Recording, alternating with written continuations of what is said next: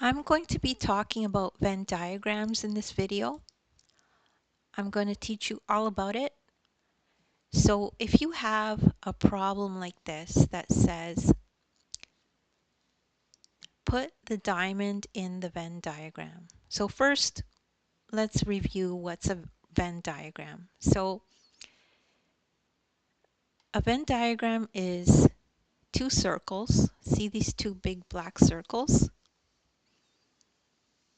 And the intersection of the both of them. So in this big circle, we see everything is just all round shapes, right? Or circles. In this big circle, we see everything is purple, right? So over here, it's circles.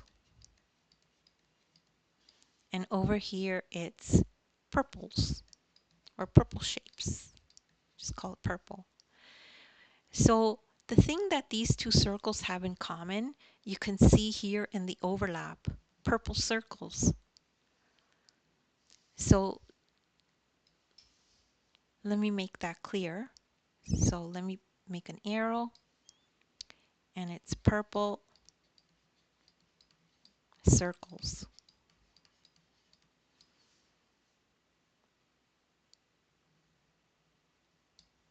In this outline here. Okay, so if we have this problem that says, put the diamond in the Venn diagram, where are we going to put this? So you're not going to put it anywhere here because the diamond is not a circle, including the overlap. It is purple, but in the overlap it's only circles. Remember, those are the common items between the two circles.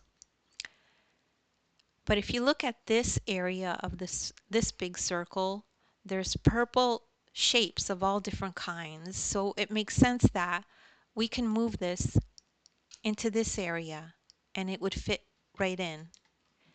So the answer to where you would put the diamond is you would put it in this part of the circle.